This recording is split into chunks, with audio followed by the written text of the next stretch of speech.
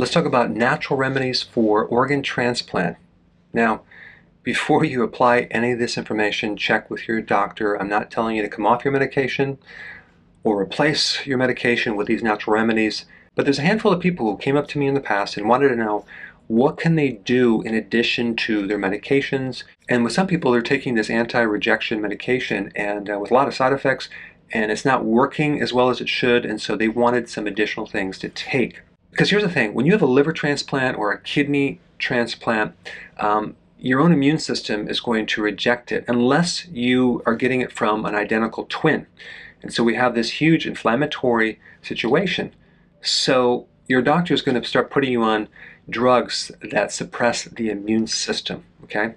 And they have side effects, increasing your risk of infection, worsening your digestive system. So what can you do? Is there anything you can do to help possibly reduce the amount of these medications as you're taking it? Of course, under the supervision of your doctor, okay? So I wanted to give you 4 things that potentially could help. Number 1, red sage. It's been used traditionally for Chinese medicine for a very long time. It's good for COPD, chronic obstructive pulmonary disease. It's good for your heart, cardiovascular disease. It's good as a remedy if you had a stroke, or even in the prevention of getting a stroke.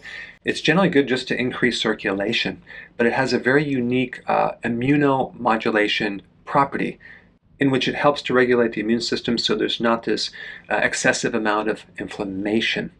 And there's been some interesting studies on organ transplants and using this directly, and I'll put those links down below. All right, number 2, Thunder Duke vine or Thunder God vine. This has been shown to be effective in kidney transplants on mice. It's also good for rheumatoid arthritis and psoriasis and other autoimmune diseases. The third thing, which is very, very important, is a lot of vitamin D. And I'm talking about between 20 and 30,000 IUs of vitamin D every day. Because vitamin D is a very potent anti-inflammatory, and it acts like a steroid or cortisone without the side effects. And prednisone is one of the common things that someone takes as an immunosuppressive agent in the countering of this inflammation when you have an organ transplant. And a side note about vitamin D is if you're taking higher amounts of vitamin D over a long period of time, just make sure that you're not taking excessive calcium. Make sure you're drinking enough water, like between 2 to 2.5 liters of fluid per day, just to prevent any potential concentration of your urine in the development of a kidney stone. Not that that's going to happen, but this can help make sure it doesn't happen. Number 4, taking purified bile salts on an empty stomach, and you would take like maybe 4 of these per day. Why? Because bile salts help you absorb vitamin D, number 1, and number 2, they've been shown to help reduce inflammation, especially if someone has an autoimmune problem. And what we're dealing with when someone has an organ transplant is an inflammatory process. So those are the 4 things that I think would help someone. Do some research, check it out, and see if it can help you.